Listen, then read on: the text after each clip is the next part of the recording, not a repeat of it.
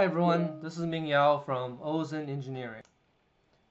In this video, I'll be looking at how to simulate a direct energy deposition additive printing process, simulating this process in Ansys Mechanical. Ansys has a complete set of tools and features for additive manufacturing, so we're going to explore one of them today.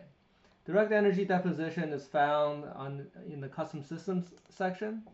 AM, additive manufacturing, DED process. This is similar to printing, 3D printing using plastics, but the Ansys simulations are set up more for metal additive processes. So we're gonna open up this CAD model and go ahead and start setting up the simulation.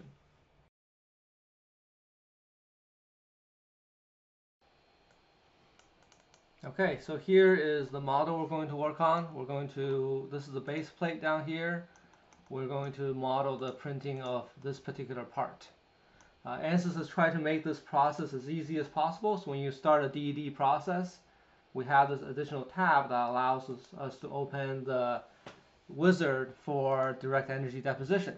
As you saw in the picture there, maybe we should exit the wizard and look at it again. Right, this is in here. We have some sort of heater or laser with a stick of metal, and we're melting it onto a piece, welding it onto the piece for this particular additive manufacturing process. So I'll go ahead. The first part is easy. We're going to select the part we want to print and the base. You can see that we have detailed descriptions of what we're doing here down there. And automatically it's creating name selections. So this wizard is only adding features and capabilities into the tree. So you can go ahead and modify this at any time later on. So now we're going to mesh this part here. I'm going to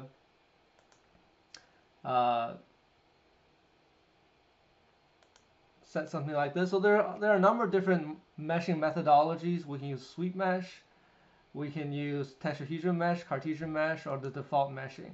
The goal is to have multiple layers through this thickness. So typically, Cartesian meshing is a quick, robust, and easy way to do this. The drawback is that we end up with voxels instead of having a smooth curve. So you get some ideas of deformation and stress, but obviously you're not capturing the geometry as accurately as you would if you use some of the other meshing methods. We could certainly use the other meshing methods to get clean mesh, but then if the geometry becomes complex, you have to be a little bit careful about how you set up the mesh and how you create this. So lots of drawbacks and options. A key part of direct energy deposition is that we're going to follow a particular path in the printing of this. So for example, we can maybe print the circle and then print two layers down here, or we can do this, go up, do this, go up. You can kind of define the path of the machine. The path is typically defined using a G code, which I have here. Let me pull it over here. So I have, it's just a regular text file. I can open this, and that imports a G code. Let me open up that text file so we can take a quick look at what the G code looks like. So this is that text file. It's a G code. It tells you the layer, where it's drawing, and the path that it's going to take. So it's a series of line segments as the machine goes through X, Y, Z, X, Y coordinate systems, and then periodically it'll go up once it gets to the next layer, Z changes, the next layer, Z changes. So that can be created by your particular equipment. We have some sort of clustering going on. Because we have line segments, you can choose how many of these to model. Do you want to model the creation of every single piece of material in every element, or do you want to do large segments? So if I make this large, for example, 1,000, instead of printing this one by one, we're kind of printing big strips, and that makes the simulation faster. If I do smaller values, we're going to be running many simulations as we slowly print each and every component. So the typical trade-off between speed and accuracy for simulation. You can see as I build this G code, I put in the G code, it's identifying the upper and lower elements, and it's setting up my G code clustering settings and build settings. We can specify the material engineering data or the material we're going to be using for this analysis, and I think we're going to do Inconel 718 for both. You can have different materials if you wish, and you can adjust these material data as well. Let me step back for a second here. Ansys has an extensive set of materials for these types of analysis. If I look at Inconel 718, I have temperature-dependent density changes, temperature-dependent thermal expansion coefficients, melting temperature, temperature-dependent elasticity, temperature-dependent plasticity, thermal conductivity, etc. If I select the material itself, on the left-hand side, I have a whole host of other material models I can use, including things like creep, maybe viscoelasticity. So depending on what material characteristics you wish to capture, what type of the amount of accuracy you need for the material properties, you can use more or less depending on how well the simulation represents your actual device. So we can go ahead and set that up. Here now we can set up the machine deposition rate. This defines how fast my parts get built. So here I'm going to put in 72. We're going to have a preheat temperature of 80 degrees, and we're going to select the bottom face, as this is the preheater temperature, and the process temperature for this Inconel is going to be 1370 degrees Celsius. Finally, we have a cool down time, so you can see all of the process settings can be inputted here. Fixed support, that's going to be here. That's going to be the bottom face here. You can choose to do base removal. If you do remove the base, this part will spring or undergo relaxation because it's no longer bonded to the base. In this case, I'm going to choose not to remove the base. And that's it for my simulation. So I can go ahead and run the analysis. One of the things that we should do is take a look at the mesh, for example. So right now I have a coarse mesh, and just to show you the possibilities here, we can change this mesh to a different method. So we have a wide range of meshing methods in Ansys.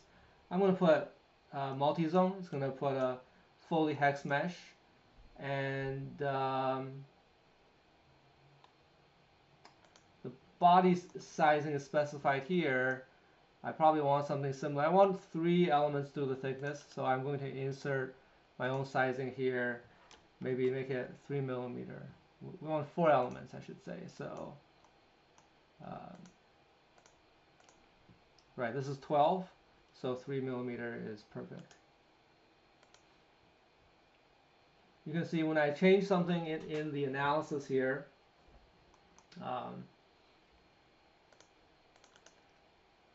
this one, let's go with the Cartesian method for that part. Okay. So now our simulation is ready. Looks like this contact got lost a little bit. It's supposed to be defining the contact between this surface and the bottom surface. So I can just go ahead and select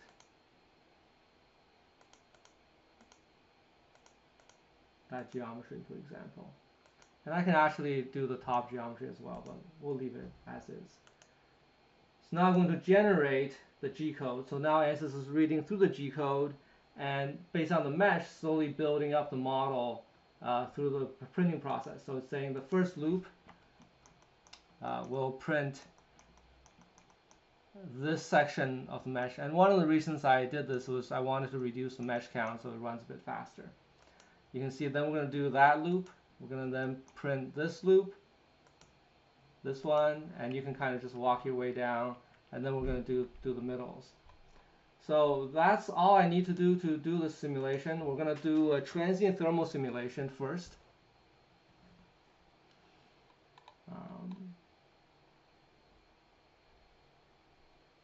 Looks like I needed that DED contact for. I should when I changed the method, I changed the name, so it's not able to find it. But let's go ahead and look at the simulation here. Global temperatures.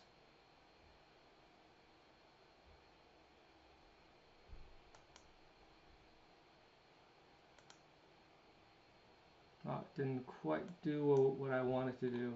It's partly because I changed the name. It was looking for DED underscore contact, so let's go ahead and change this name.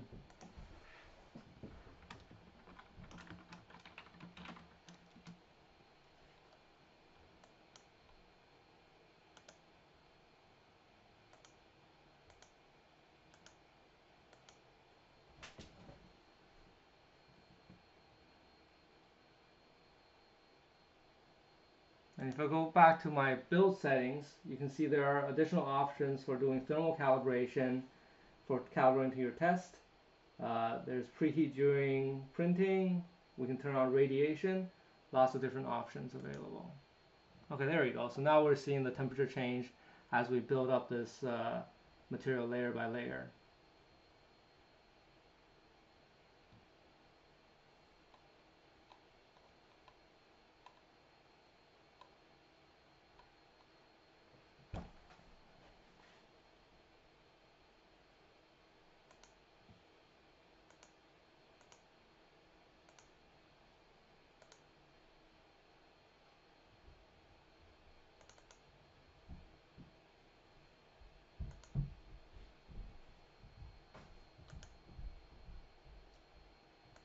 So while this is running, we can take a look at the temperature profile that is running. You can see that we've printed this much already, so it's printing along this line. You can see the heat path that we're exerting on the structure, how the temperature is getting spread around the base, and it's slowly printing out. We're still on the first line. I think my issue is the base is too refined here. Let's go find my mesh place here. This mesh setting probably could be much larger, and that's going to allow me to run my simulation faster, and I don't really care about what happens at the base anyways. Okay, it's doing the second layer.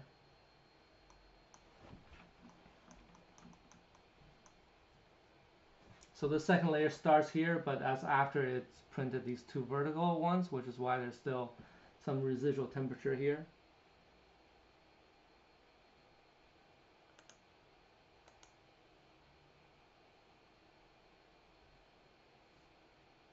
Okay, it's now up to that location. So as you can see, it's modeling the printing process with some assumptions about how fast things move, how many elements it's printing, the amount of accuracy you want to resolve in the model. But the nice thing about this here is that we have a really clean shape. So the deformation, stresses, and such is accurate. So it looks like this will take a little bit longer than I expected. I'm going to stop this and change the mesh here. This one. This is my base mesh. Instead of 4, maybe I can change it to 8, double it. Let's see. Oh, that's going to be pretty big. Let's see if it'll be fine.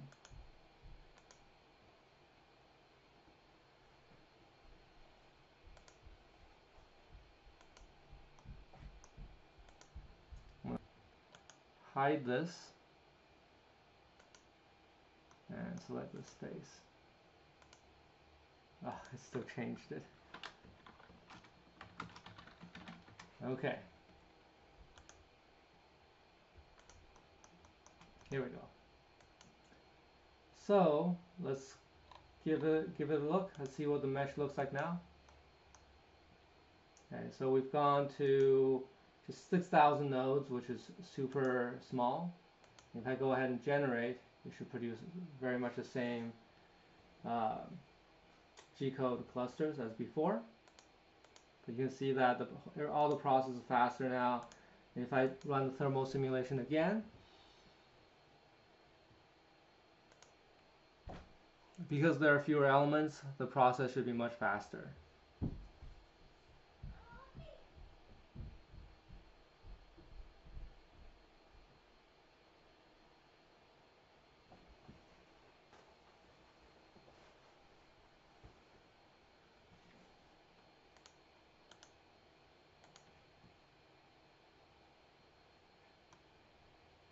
Okay.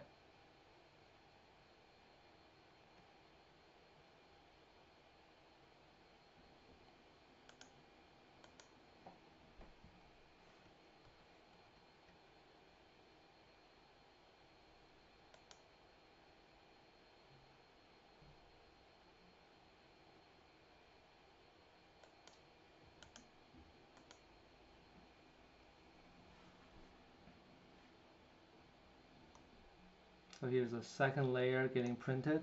So while this is running, I'll show you the results of the completed simulation. This is with the more coarse, fine mesh, but with the robust Cartesian meshing method. Cartesian meshing again gives you really robust results, but all of those corners and angles will compromise the accuracy of the simulation. But you can always adjust the meshing as needed, like you see here.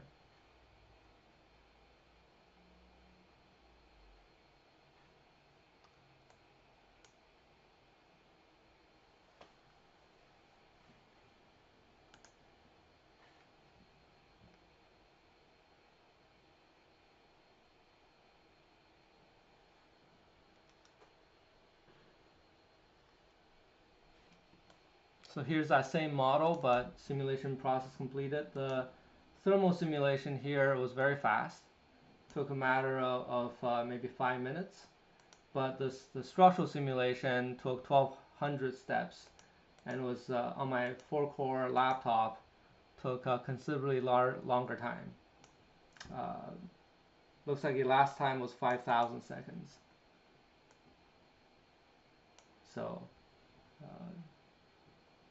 about an hour and a half, around there. So this is the final result. You can see the coarseness of the Cartesian mesh.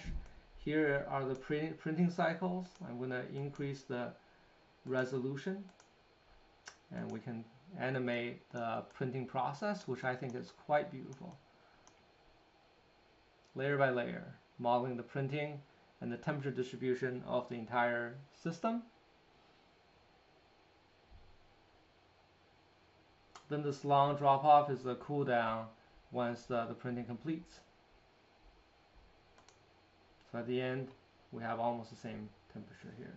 And then here is the deformation. Again, this is the printing process, then the cool down. You can see that the residual heat builds up in the corners, and the fact we have sharp corners here that doesn't quite represent the geometry gives us some interesting results. We definitely see some high distortion right over here where the printing initially started. You can also look at values like stress and strain. For strain, you can look at thermal strain, plastic, equivalent total, etc. So if I look at long Mises strain here,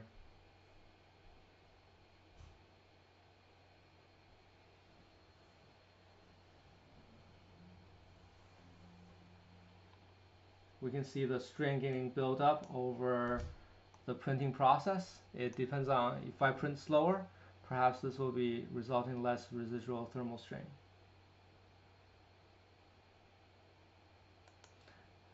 And then at the end here, that's the final thermal strain. If we do the base plate cutoff, we can remove the base plate, and this will return, distort to some sort of shape.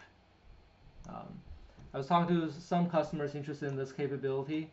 This is just a basic demonstration. The simulation here is built into the Ansys workbench mechanical environment, so it is extremely flexible. We can add various other features to this model as needed, whether it's meshing or other geometry features to model this process and add other loads if needed. So it's you'll only need to use the DED process wizard to set up the basic the 3D printing part, not the rest of it. Hopefully this was interesting for everyone. Again, this is Ming Yao from Ozen Engineering. If you like this video, please like and subscribe to our YouTube channel. If you have questions about simulating 3D printing using direct energy deposition or similar type of techniques, you need help with it, please let us know at ozeninc.com. Thank you. Have a great day.